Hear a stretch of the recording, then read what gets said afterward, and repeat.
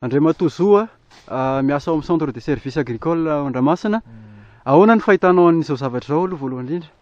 Tena zava-doza ho an'ny fambolena zany zao zavatra zao amin'izao zavatra misy zao satria tena vandra be, mbola tsy nisy ohatr'izao zany tetỳ amin'ny district an'Andriamasina hatramin'izay efa taona 5 taona nisian'ny CSA zay, mbola tsy nisy avandra milazaloza be ohatr'izao fa ny avandra nisy zany dia nanimba voly fa vetivety ihany dia levona. Fa ity zany efa adiny ray aorianan'ny tsaran'ny orantsika izao no mandalo eto amin'ity toerana ity, eo anelanelana Alatsinainy Bakary sy commune Sabotsyn'Ambohitromby, kanefa dia mbola irahantsika mahita izao ny zavatra misy adiny ray taorianan'ny tsaran'ny orana zany izao andalovantsika eto izao. Ary hono ara amse mbola izy daholo ve etsy amin'ny ery ity? Rehefa fotsifotsy hitantsika eny zany dia avandra daholo, mitovitovy amin'izao, fa izao moa izy jerena akaiky, fa raha lavitra moa izy dia reny izy zany, reny fotsifotsy reny mbola tsy mitsonika daholo fa mbola tena mbola matevina dia matevina.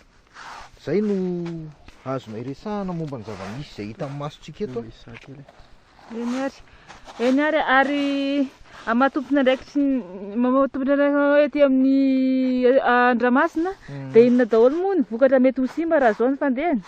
Raha izao zany ny fandehan-javatra dia ho an'ny tsaramaso sy ny zavatra rehetra izay mbola maniry eny an-tsaha dia anisan'ny no simba tanteraka tokoa, na amin'ny mangahazo maniry na ny vomanga maniry zany izay atao hoe fotom-piveloman'ny olona dia mety ho simba tanteraka tokoa. Ho an'ny vary indray marina fa tena mitady rano tokoa ny tantsaha zany amin'izao fotoana izao, tena mitady rano tokoa ny tantsaha, kanefa dia avandra moa zany izao ny tonga eto ko dia samy eto zany tsika rehetra hoe izao ny zavatra misy. Ny raha nahita ilay andro maina be teo, ny raha nitady ilay orana, dia izao moa zany ny zavatra misy amin'izao fotoana izao.